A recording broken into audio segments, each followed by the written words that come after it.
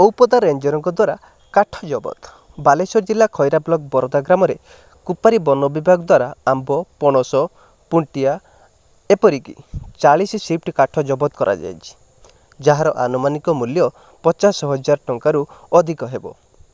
एही काठ को भद्रक अंचल किछि चोरा काठ व्यवसायी एही ग्राम आनी रखिथिले। कौनसी एक विशेष सूत्र औपदा रेंजर बबिता सोरेन और कुपारी वन विभाग कर्मचारी घटनास्थल में पहुंची काठगुड़ी को जबत करते और जबत करने पर कुपारी वन विभाग कार्यालय को नहीं। यही कार्य वन विभाग रेंजर बबिता सोरेन, वनपाल किशोर कुमार भूइया, गणेश प्रसाद लेंका और फरेस्ट गार्ड संजय कुमार महांती सहित सबुज बाहिनी कर्मचारी माने सहयोग करते। खैरारू निरंजन बेहरा रिपोर्ट, नजर Odisha TV. Range officer sir wild life range.